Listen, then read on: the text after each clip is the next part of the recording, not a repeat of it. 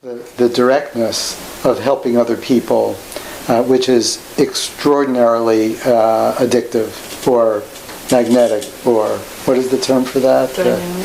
No, it's attractive. Yeah, it is. Not the idea of doing it, but the actuality. Once you get into it, there's nothing much that feels like that. You can lose so much of your self-importance, of your self-absorption, if you find yourself in situations like that. And I have led people into those situations for some time.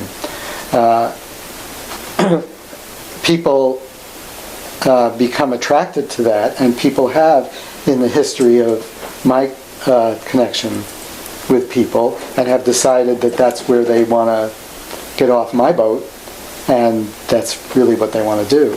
I am not necessarily putting it forth for that purpose, but I can see that people can get very attracted to that. There are several reasons that I put that forth doing that.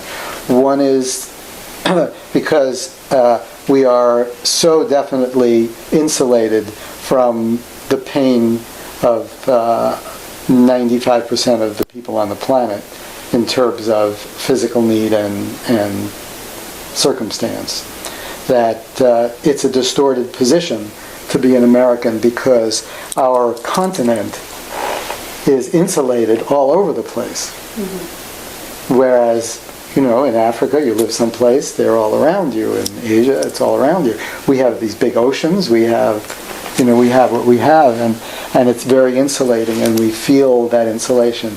That's a distorted position to feel. It's a protection that is artificial, because it's dependent on where we were born, not what we are. So there's a seeing ourselves as we are, seeing things as they are, in being able to travel and see circumstances like that. There's also the idea of triangulation, is that you can't really make the assessment of what it means to have good fortune and what good fortune is for, unless you can see it from a few different places. If you take a wealthy person and you say, what do you think about being wealthy? They think, well, if they're smug, they'll think, well, I deserve it. If they're not, they think, well, I'm lucky. But they don't have the triangulation where they see the responsibility that brings them. And we are wealthy in so many ways, but we don't feel the responsibility that it brings us. And also we don't see that sharing the wealth that we have, whether in a Western sense, that is not the only way that we can share our wealth. We can share it with the people around us in the terms of everything that you know in the moment that you know it and somebody else doesn't. So this dynamic that I've encouraged, which has those two razor blade edges and is so easily misused, has a half a dozen reasons of value. And I didn't always do that. I was an adventure traveler. I was a mountaineer. I was an adventure traveler.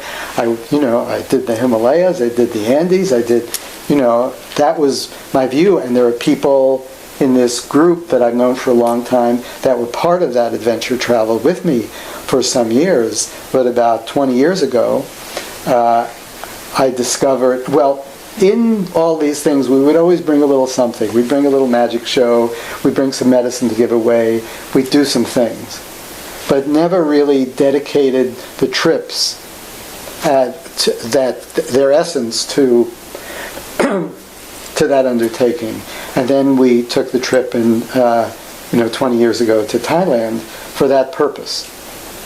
Initiated by Tish and Renee, or whoever it was that initiated it, and because it was not my way. It's not something that I was familiar with. I could not have introduced it, but the minute I heard it, I knew that we're supposed to be trying this. But I didn't know what it would yield, and I discovered what it would yield. So all our major expeditions after that involved that component. Because I see it as difficult to replace